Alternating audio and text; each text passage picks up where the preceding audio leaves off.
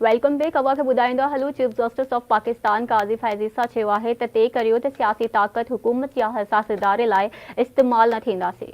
Supreme court of Pakistan के chief justice काज़ी फ़ाइज़ ईसा चयो आहे त तय करियो त असां कंहिं बि सियासी ताक़त हुकूमत या हसास इदारे जे हथां इस्तेमाल न थींदासीं। चीफ जस्टिस काज़ी फ़ाइज़ ईसा जी सरबराही में 6 रुकनी बेंच अदलिया में मुबैना मुदाखलत वारे केस जी ॿुधणी कई। That is the beginning. शुरू कर लें वहाँ से, आगाज कर लेते हैं वहाँ से। Learned Attorney General, adding to what my lord has stated, this was a judgment, a landmark judgment. What did the government do to it? It constituted a commission which was empowered to do, and that commission virtually made the judgment ineffective. Justice Mansoor Ali Shah, justice Jamal Mandokhail, justice Athar Minallah, justice Musarrat Hilali ऐं justice Naeem Akhtar Afghan भी bench जो हिस्सो आहिनि। जॾहिं त हुकूमत पारां attorney general Mansoor Osman आवान दलील ॾिना। चीफ जस्टिस चयो त ॿुधणीअ खां परियां कुझु शयुनि जी वज़ाहत करणु चाहियां थो। सुप्रीम कोर्ट जी कमेटी आर्टिकल 184/3 तहत ॿुधणीअ जो फ़ैसिलो कयो आहे। जेकी बि जजिस इस्लामाबाद में आहिनि उन्हनि सभिनी खे घुरायो वञे। हिन मामले ते ॿुधणीअ लाइ जजिस खे चूंडियो न वियो ऐं जस्टिस यहया आफरीदी पाण मुरादो बेंच खां अलॻि थी वियो। जस्टिस आफरीदी पंहिंजो हुकुमनामो बि जारी कयो। चीफ जस्टिस ऑफ पाकिस्तान चयो त जस्टिस यहया जी ॿुधणीअ खां माज़रत खे सवलो न वरितो वञे। चीफ जस्टिस चयो त शायदि माण्हू अदलिया जे आज़ादीअ खां वधीक पंहिंजे नुक़्ता नज़र जी प्रचार में दिलचस्पी रखनि था। हीउ इंतहाई तकलीफ़ ॾींदड़ हो त चीफ जस्टिस ते बि तनक़ीद कई वई। जेकॾहिं केरु पंहिंजी मर्ज़ी अदालत ते मढ़णु चाहे त इहा बि मुदाख़लत आहे ऐं मुदाख़लत अंदराम थी सघे थी त ॿाहिरां थी सघे थी। मुदाख़लत ॻुझनि इदारनि, तव्हांजे साथियुनि, फैमिली जे तरफ़ खां, सोशल मीडिया जे तरफ़ां ऐं कंहिं ॿिए पासे खां बि थी सघे थी। चीफ जस्टिस चयो त असां कंडक्ट ॾेखारींदासीं त मुदाख़लत आहे या न। जजिस जो हुकुमनामो ॾेखारे थो, ॿुधाए थो त केतिरी मुदाख़लत थिए थी ऐं केतिरी आज़ादी आहे ऐं केतिरी आज़ादी न आहे। जस्टिस अतहर मिनल्ला चयो त जेको इस्लामाबाद हाई कोर्ट चयो, लाहौर हाई कोर्ट उन ॻाल्हि जी मंज़ूरी ॾिनी आहे। जस्टिस मंसूर अली शाह चयो त असां वटि मौक़ो आहे त हिन मसइले खे हल करियूं। अंदरियों दबाव आहे या ॿाहिरियों, असांखे उनखे दूरि करिणो आहे। असांखे हाई कोर्ट्स ऐं अदलिया खे बाख़्तियार बणाइणो आहे। हिन वक़्तु सोनहरी मौक़ो आहे ऐं असांखे को ख़ासि तरीक़ेकार जोड़णो पवंदो। जस्टिस जमाल मंदोखेल रिमार्क्स ॾिना त हीउ रुगो मुदाख़लत न आहे पर असांजे ॿिनि जजिस खे टारगेट कयो वियो। जस्टिस मंसूर अली शाह चयो त असांखे मुदाख़लत जे साम्हूं रुकावट विझणी पवंदी। चीफ जस्टिस काज़ी फ़ाइज़ ईसा चयो त जेकॾहिं मुंहिंजे कम में मुदाख़लत थिए ऐं मां रोके न सघां त मूंखे घर वञणु घुरिजे। जस्टिस अतहर मिनल्ला चयो त रियासत खे अदलिया जी आज़ादीअ जो तहफ़ुज़ करिणो आहे। मां इस्लामाबाद हाई कोर्ट में रहियुसि, कंहिं बि मुदाख़लत न कई। जस्टिस बाबर सत्तार सां जेको थी रहियो आहे उहो साम्हूं आहे। और तो छोड़े, हाई कोर्ट के जजेस को तो छोड़ दे कि उन्होंने एक शिकायत की है। शिकायत तो जो उनका अशर हुआ है, हमने जो नोटिस लिया, हमारे साथ क्या हो रहा है? क्या इस तरीके से इंडिपेंडेंस हो सकती है? क्या आप मेंबर के पर्सनल इस पे जजमेंट आ चुकी है? हम एक जजमेंट और देते तो क्या होगा? बिल्कुल, अगर इसी तरह होना हम 10 जजमेंट और देते हैं। नहीं सर, ये तो जो अटॉर्नी जनरल साहब, जस्टिस नईम अख्तर अफ़गान चयो त मुल्क में 3 एजेंसियूं आहिनि, उहे कहिड़े कानून तहत कमु कनि थियूं। IB, ISI ऐं MI कहिड़े कानून तहत जुड़ियूं। ईंदड़ ॿुधणीअ ते टिनी ॻुझनि इदारनि जा कानून ॿुधाया वञनि।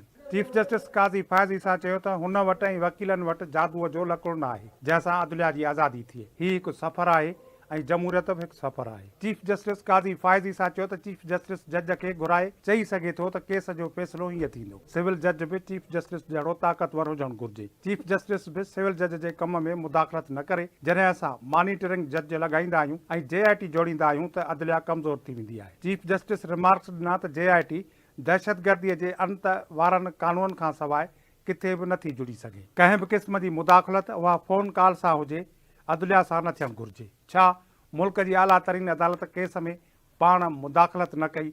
असांखे अदलिया जे अंदरि बि एहतिसाब जी ॻाल्हि करणु घुरिजे। चीफ जस्टिस ऑफ पाकिस्तान काज़ी फ़ाइज़ ईसा चयो त तय करियो त असां कंहिं बि सियासी ताक़त, ॻुझे इदारे, वकील, ग्रुप या हुकूमत जे हथां इस्तेमालु न थींदासीं। चीफ जस्टिस काज़ी फ़ाइज़ ईसा चयो त अदलिया में हिकु ॿी मुदाख़लत वकीलनि जे बार्स जे सदरनि जी जजिस जे चैम्बर्स में आमद बि आहे। नाज़रीन, वज़ीर आज़म शहबाज शरीफ़ चयो आहे त संदसि 3 ॾींहनि वारो सऊदी अरब जो दौरो तारीख़ी हो। मुल्क जी ख़ुशहाली लाइ जाखोड़ जारी रहंदी। वधीक तफ़सील हिन रिपोर्ट में। वज़ीर आज़म शहबाज शरीफ़ चयो आहे त सऊदी अरब जो 3 ॾींहनि वारो दौरो तारीख़ी हैसियत रखे थो। दौरे दौरान सीड़पकारनि जे वफ़द सां ॻाल्हियूं थियूं जेको जल्द पाकिस्तान जो दौरो कंदो। वज़ीर आज़म शहबाज शरीफ़ सऊदी अरब जे दौरे जी पुॼाणीअ ते बयान जारी कंदे चयो त ॿितरफ़नि लाॻापन ऐं मुआशी भाईवारी वधीक मज़बूत थी रही आहे। हुन चयो सऊदी अरब जो दौरो बहितर रहियो। कुझु ॾींहंनि अंदरि सऊदी अरब जो कारोबारी वफ़द पाकिस्तान अची रहियो आहे। वज़ीर आज़म शहबाज शरीफ़ चयो त वफ़द जे अचण सां ॿिन्ही मुल्कनि जी मुआशी भाईवारी जी रफ़्तार वधीक तेज़ थी। ॿिया शहबाज शरीफ़ चयो त सऊदी अरब जो 3 ॾींहनि वारो दौरो तारीख़ी हैसियत रखे थो। मुफ़ाहमत खे अमली शिकिल ॾियण लाइ पूरी महिनत सां कमु कंदासीं। वज़ीर आज़म चयो त आलमी इक़्तिसादी फोरम में आलमी अॻुवाणनि सां मुलाक़ातूं थियूं। वापार ऐं सीड़पकारनि खे हथी ॾियारण लाइ अहम अॻभराई थी आहे। हुन चयो त सऊदी अरब जे दौरे दौरान फ़ाइदेमंद ॻाल्हियूं थियूं आहिनि। दुनिया खे पुरअमन बणाइणो आहे त गज़ा में मुस्तक़िल अमन क़ाइमु करणो पवंदो। वज़ीर आज़म शहबाज शरीफ़ चयो त सऊदी अरब जे वली अहद वज़ीरनि खे पाकिस्तान जे हवाले सां ख़ासि हिदायतूं ॾिनियूं आहिनि। IMF पारां पाकिस्तान खे $1.1 अरब जारी कया विया आहिनि। वज़ीर आज़म शहबाज शरीफ़ इत्मिनान जो इज़हार कंदे चयो आहे त कर्ज़ मां छुटकारो हासिल करण बाद ख़ुशी थींदी। State Bank International Monetary Fund खां $1.1 अरब हासिल करे वरिता आहिनि। IMF board stand by arrangement तहत ॿियो जाइज़ो मुकमल करे वरितो आहे। एग्ज़ीक्यूटिव बोर्ड खां मंज़ूरी बाद स्टेट बैंक खे हाणे $1.1 अरब मिली विया आहिनि। स्टेट बैंक ज़रियनि मूजिबि इहा रक़म 3 मई ते ख़तमु थींदड़ हफ़्ते में परॾेही मटा सटा जे ज़ख़ीरनि में ज़ाहिर थींदी। स्टेट बैंक जे तर्जुमान चयो आहे त स्टेट बैंक जा ज़ख़ीरा $9 अरब ताईं पहुची विया, जॾहिं त नाणे जा मटा सटा वारा ज़ख़ीरा $21 अरब ताईं पहुची विया आहिनि। स्टेट बैंक खे IMF जी अकाउंट मां $828 मिलियन SDR मिलिया आहिनि। वज़ीर आज़म शहबाज शरीफ़ पारां जारी कयल बयान में चयो आहे त IMF पारां $1.1 अरब मिलण बाद मुल्क में वधीक मुआशी इस्तेहकाम ईंदो। 2016 में संदसि क़ायद में नवाज़ शरीफ़ IMF जो प्रोग्राम मुकमल कयो हो। ही SBA ॿियो प्रोग्राम आहे जेको मुकमल थी रहियो आहे। वज़ीर आज़म शहबाज शरीफ़ जो चवणु आहे त फ़ैसिलनि जो समर मुआशी इस्तेहकाम जी सूरत में मिली रहियो आहे। राति ॾींहुं जाखोड़ करे पाकिस्तान खे मुआशी तौरु मुस्तहकम कंदासीं। वज़ीर आज़म शहबाज शरीफ़ वधीक चयो त कर्ज़ वठणु कामयाबी न आहे, कामयाबी उन ॾींहुं हूंदी जंहिं ॾींहुं कर्ज़ मां छुटकारो हासिल कंदासीं। वज़ीर आज़म शहबाज शरीफ़ नाणे वारे वफ़ाक़ी वज़ीर मोहम्मद औरंगज़ेब समेत मुआशी टीम जी साराह कंदे चयो त MD IMF जा थोराइता आहियूं जंहिं औखी वेल में पाकिस्तान जो साथ ॾिनो। अॻूणो वज़ीर आज़म शाहिद खाकान अब्बासी LNG रेफरेंस मां बरी थी वियो आहे। बरी थींदड़नि में chairman Engro group Hussain Dawood, director Engro group Abdul Samad Dawood बि शामिल आहे। क़ौमी एहतिसाब ब्यूरो पारां अॻूणे वज़ीर आज़म शाहिद खाकान अब्बासी ख़िलाफ़ LNG नेब रेफरेंस वापसि वठण बाद अदालत खेसि रेफरेंस मां बरी करे छॾियो। इस्लामाबाद जी एहतिसाब अदालत जे जज नासिर जावेद शाहिद खाकान अब्बासी ऐं ॿियनि ख़िलाफ़ नेब रेफरेंस जी ॿुधणी कई। ॿुधणीअ दौरान डिप्टी प्रोसिक्यूटर नेब अज़हर मक़बूल अदालत में पेश थियो, जॾहिं त शाहिद खाकान जा वकील बि अदालत में मौजूदु हुआ। ॿिए तरफ़ नेब तरफ़ां दरख़्वास्त दाख़िल कई वई, जंहिंमें नेब शाहिद खाकान अब्बासी ऐं ॿियनि ख़िलाफ़ LNG रेफरेंस वापसि वठण जी दरख़्वास्त कई। अदालत नेब जे रेफरेंस वापसि वठण जी दरख़्वास्त ते फ़ैसिलो ॿुधाईंदे शाहिद खाकान अब्बासी समेत समूरनि जवाबदारनि खे रेफरेंस मां बरी करे छॾियो। LNG रेफरेंस मां बरी थींदड़नि में chairman Engro group Hussain Dawood, director Engro group Abdul Samad Dawood बि शामिल आहिनि। अॻूणी ओगरा जी चेयरमैन उज़मा आदिल ख़ान, अॻूणो MDPSO शाहिद इस्लाम, अॻूणो MDPSO शेख इमरान उल हक़, अॻूणो chairman port Qasim authority Agha Jan Akhtar ऐं अॻूणो चेयरमैन ओगरा सईद अहमद ख़ान खे बि अदालत आज़ादु करे छॾियो। वफ़ाक़ी घरू वज़ीर मोहसिन नक़वी चयो आहे त हू कराची समेत सिंध जे ॿियनि शहरनि में अमन अमान जी सूरत हाल ते ध्यानु ॾेई रहियो आहे। कचे में ऑपरेशन बाबति बि जाइज़ो वरितो पियो वञे। उन लाइ वॾे वज़ीर सां मुलाक़ात में तफ़सीली गौर कयो वेंदो। वफ़ाक़ी घरू वज़ीर मोहसिन नक़वी सखर में नादरा ऑफिस जो दौरो कयो, जिथे खेसि तफ़सीली ब्रीफिंग ॾिनी वई। उन मौक़े ते मोहसिन नक़वी चयो त नादरा ऑफिस शहर खां ॿाहिरि मुंतक़िल करण ऐं पासपोर्ट ऑफिस जो मरमती कमु मुकमल करायो वेंदो। हीउ वक़्तु सियासत करण जो न पर अमली कमु करण जो आहे। मुल्क जी तरक़ी ऐं ख़ुशहाली सभिनी सियासी पार्टियुनि सां गॾिजी कमु करण जी ज़रूरत आहे। ॿिए पासे हवा खे ॿुधाईंदा हलूं, वफ़ाक़ी घरू वज़ीर मोहसिन नक़वी रेंजर्स हेडक्वार्टर जो दौरो करे अमनो अमान जे क़याम लाइ रेंजर्स जे किरदार जी वाखाण कई। वफ़ाक़ी घरू वज़ीर मोहसिन नक़वी रेंजर्स हेडक्वार्टर्स कराची पहुतो, जिते DG rangers major general Azhar Waqas वफ़ाक़ी घरू वज़ीर जो इस्तक़बाल कयो। वफ़ाक़ी घरू वज़ीर मोहसिन नक़वी शहीदनि जी यादगारनि ते चादर चाढ़े दुआ घुरी ऐं हेडक्वार्टर जो दौरो कयो। घरू वज़ीर खे कचे में धाड़ेलनि ख़िलाफ़ हलंदड़ ऑपरेशन ऐं अमन अमान बाबति तफ़सीली ब्रीफिंग ॾिनी वई। मोहसिन नक़वी अमन अमान जे क़याम जे हवाले सां रेंजर्स जे किरदार जी वाखाण कई। वफ़ाक़ी घरू वज़ीर मोहसिन नक़वी चयो त कराची में अमन खे यकीनी बणाइण लाइ हर मुमकिन क़दम खयां वेंदा। सिंध जे घर वज़ीर Ziaul Hasan Lanjar special security unit headquarter Karachi जो दौरो कयो, जंहिं दौरान खेसि सलामी पेश कई वई। सिंध जे घरू वज़ीर Ziaul Hasan Lanjar special security unit headquarter जो दौरो कयो। DIG security doctor Maqsood Ahmed घरू वज़ीर जो इस्तक़बाल कयो। घरू वज़ीर ज़ियाउल हसन लंजार सां गॾु additional chief secretary Mohammad Iqbal Memon बि गॾु हो। SSU जे फुर्तली दस्ते महिमाननि खे सलामी पेश कई। सूबाई घरू वज़ीर DIG सिक्योरिटी सां गॾु SSU जे मुख़्तलिफ़ शोबनि जो दौरो कयो ऐं पेशवराणे महारतुनि ऐं इंतिज़ामी मामलनि जी वाखाड़ कई। ॿिए तरफ़ सूबाई घरू वज़ीर ज़ियाउल हसन लंजार जी सदारत हेठि SSU कॉन्फ्रेंस हॉल में इजलास थियो। DIG security doctor Maqsood Ahmed जी सिक्योरिटी डिवीज़न जे मातहत यूनिट्स ते ब्रीफिंग ॾिनी वई। इजलास दौरान ईरानी सदर जी पाकिस्तान जे दौरे ऐं कराची में खेडियल बैन अल-अक़वामी मैचिस दौरान सिक्योरिटी इंतजामनि बाबति ब्रीफिंग ॾिनी वई। उन मौक़े ते DIG चयो त SSU कमांडोज़ जी पेशवराणी महारत में वधीक इज़ाफ़े लाइ पाकिस्तान आर्मी मुख़्तलिफ़ ट्रेनिंग इंस्टीट्यूशंस में तरबियत फराहम करे रही आहे।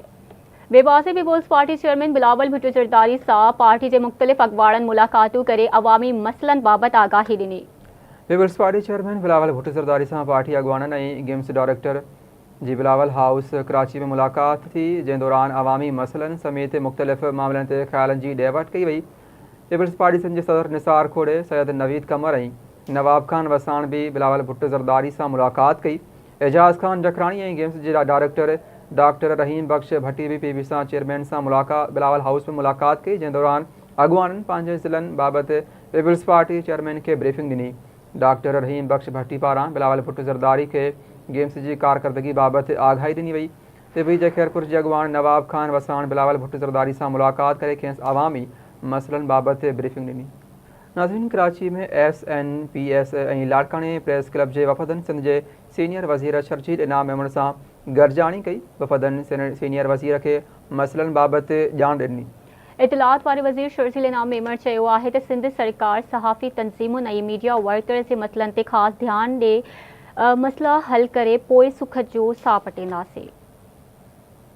सिंध जे सीनियर वज़ीर शर्जील इनाम मेमण सां सिंध न्यूज़ पेपर्स सोसाइटी ऐं लाड़काणे प्रेस क्लब जे वफ़दनि मुलाक़ातूं कयूं। लाड़काणे प्रेस क्लब जे वफ़द तरफ़ां सिंध जे सीनियर वज़ीर शर्जील इनाम मेमण खे लाड़काणे जे सहाफ़ियुनि जे मसइलनि बाबति आगाही ॾिनी वई। उन मौक़े ते सीनियर सूबाई वज़ीर शर्जील इनाम मेमण तरफ़ां लाड़काणे जे सहाफ़ियुनि जे मसइलनि खे हल करण जी ख़ातिरी कराई वई। SNPS जे वफ़द तरफ़ां बि मीडिया वर्कर्स ऐं इदारनि जे मसइलनि बाबति सिंध जे इतलात वारे वज़ीर शर्जील इनाम मेमण खे ब्रीफिंग ॾिनी वई। उन मौक़े ते सीनियर वज़ीर शर्जील इनाम मेमण चयो त राय जे इज़हार जी आज़ादी पीपुल्स पार्टी ऐं सिंध हुकूमत जो वेयन आहे। सिंध जे इतलात वारे वज़ीर शर्जील इनाम मेमण वधीक चयो त पाकिस्तान पीपुल्स पार्टीअ जी क़यादत जे वेयन तहत सिंध हुकूमत सहाफ़ियुनि जे समूरनि हक़नि जो तहफ़ुज़ कंदी आई आहे ऐं अॻिते बि कंदी रहंदी। सिंध जे सीनियर वज़ीर शर्जील इनाम मेमण चयो त सिंध सरकार सहाफ़ती तंज़ीमुनि, मीडिया जे इदारनि ऐं वर्कर्स जे मसइलनि ते ख़ासि ध्यानु ॾिए पई। सिंध में सहाफ़ियुनि जे मसइलनि जे हल लाइ कदम खयां पिया वञनि। हुन चयो त समूरियुनि तंज़ीमुनि जे सहकार सां मसइलनि जी निशानदेही कई वेंदी ऐं उन्हनि ॾुखियाईनि खे ख़तमु कयो वेंदो। हर सूरत में मीडिया वर्कर्स खे ज़िम्मेवारियुनि दौरान पेश ईंदड़ ॾुखियाईनि जो ख़ात्मो आणे पोइ सुख जो साह पटींदासीं। नाज़रीन, PP अॻवान रावल शर्जील मेमण PP अॻवान सरदार मोहम्मद उस्मान खान आलमाणी ऐं ठारू शाह जे town chairman rice Ali Khan आलमाणी जी अमर जे लाॾाणे ते ताज़ियत कई। PP अॻवान रावल शर्जील मेमण आलमाणी हाउस ठारू शाह पहुची PP अॻवान सरदार मोहम्मद उस्मान खान आलमाणी ऐं town chairman rice Ali Khan आलमाणी सां मुलाक़ात करे संदन वालिदा जे लाॾाणे ते ताज़ियत करे दुख जो इज़हार कयो। और मौक़े ते सैयद शफ़क़त शाह, इस्माइल वसार, सावड़ खान गोपांग, सैयद हुसैन शाह, राशिद समू, फराज अली, अहमद मेमण ऐं ॿिया पिणु मौजूदु हुआ। क़ौमी असैम्बली जे deputy speaker Syed Ghulam Mustafa Shah, DIG Nasir Aftab Pathan, SSP Saddam Khaskheli, PP MPA Burhan Khan Chandio, MPA Shabbir Bijarani, Mumtaz Chandio Almani house ते सरदार मोहम्मद उस्मान खान आलमाणी ऐं रईस अली खान आलमाणी सां संदन अमर जे विछोड़े ते ताज़ियत करे दुख जो इज़हार कयो। अमरीकी सदर जो बाइडन मिस्र ऐं कतर जे सरबराहनि खे फ़ोन करे गज़ा जंगबंदीअ लाइ थियल ॻाल्हियुनि जो हाल अहवाल वरितो, जॾहिं त इसराइल जी गज़ा में ताज़नि फ़िज़ाई हमलनि में घटि 40 ॼणा शहीद थी विया। व्हाइट हाउस एक बयान में चयो आहे त सदर जो बाइडन मिस्र जे सदर अब्दुल फताह अल सीसी ऐं कतर जे अमीर तमीम बिन हमाद अल सानी सां धार फ़ोन ते राब्तो कयो ऐं ॿिन्ही अॻुवाणनि ते ज़ोर ॾिनो त हमास जे कैद में मौजूदु यरगुमालियुनि जी आज़ादी लाइ हर मुमकिन कोशिश कई वञे। व्हाइट हाउस मूजिबि यरगुमालियुनि जो हेल ताईं बाज़ियाब न थियण जंगबंदी ऐं गाज़ा जे माण्हुनि खे इमदादी फ़राहमी में रंडक आहे। यादि रहे त गज़ा जंगबंदीअ लाइ हिकु भेरो ॿीहर कोशिशूं तेज़ थी वियूं आहिनि ऐं सिलसिले में हमास जो हिकु वफ़द इसराइल तरफ़ां आयल जवाब ते गौर करण लाइ मिस्र में मौजूदु आहे। ॿिए पासे गज़ा में इसराइली ज़ुल्मनि ख़िलाफ़ अमेरिका जे 20 खां मथे यूनिवर्सिटीज़ में 11हें ॾींहुं बि एहतजाज जारी आहे। कोलंबिया यूनिवर्सिटी में शागिर्दनि ऐं इंतिज़ामिया ॻाल्हियुनि नाकाम थियण खां पोइ इंतिज़ामिया शागिर्दनि खे मुकमल मुअतल करणु शुरू करे छॾियो आहे। यूनिवर्सिटी जे सदर इसराइल सां वाॻियल सीड़पकारी ख़तमु करण जो मुतालबो रद्द करे छॾियो आहे। कैलिफोर्निया यूनिवर्सिटी में इसराइली ऐं फ़लस्तीनी हामी मुज़ाहिरीन में टकराव थियो, जंहिं दौरान पुलिस केतिरनि ई मुज़ाहिरीन खे गिरफ़्तार करे वरितो। ऑस्टिन ऐं जॉर्ज वॉशिंगटन यूनिवर्सिटियुनि में बि फ़लस्तीन जे हक़ में एहतजाज कयो वियो। यादि रहे त एहतजाज में हेल ताईं अमरीकी यूनिवर्सिटियुनि मां 1000 खां मथे मुज़ाहिरीन खे गिरफ़्तार कयो वियो आहे। जॾहिं भारतीय वज़ीर आज़म नरेंद्र मोदी अमरीका जे ख़ुशामद में रुधल हो त भारतीय ॻुझे एजेंसी जो हिकु ऑफिसर अमरीका में नरेंद्र मोदी ख़िलाफ़ सभ खां वधीक आवाज़ उथारींदड़नि मां हिक खे क़त्ल कराइण लाइ किराए जी टीम खे हतमी हिदायतूं ॾेई रहियो हो। अहिड़ी ख़बर वॉशिंगटन पोस्ट ॾिनी आहे, जे रिपोर्ट कयो आहे त भारत जे जासूसी एजेंसी जे हिकु ऑफिसर विक्रम यादव हिकु किराए जे हिट टीम खे इन सिलसिले में हिदायतूं मोकिलियूं। CIA, FBI ऐं ॿियनि एजेंसियुनि जी जांच ते हाड़ोकनि ऐं अॻूणनि ओलह सिक्योरिटी जे अमलदारनि मूजिबि इन में सीनियर रॉ अमलदारनि खे बि मुलविस कयो वियो आहे। रिपोर्टुनि जो हवालो ॾींदे ॿुधायो वियो आहे त अमेरिकी इंटेलिजेंस एजेंसियुनि अंदाज़ो लॻायो त निशानो बणाइण वारे ऑपरेशन जी मंज़ूरी उन वक़्त जे राज्य सरबराह सिमेन गोयल ॾिनी हुई। सिमेन गोयल सरगर्म कारकुननि मां उत्तर अमरीका में सिख कारकुननि खे निशानो बणाइण ऐं क़त्ल करण ते ज़ोर ॾींदे चयो हो त क़त्ल करणु तरजीह आहे।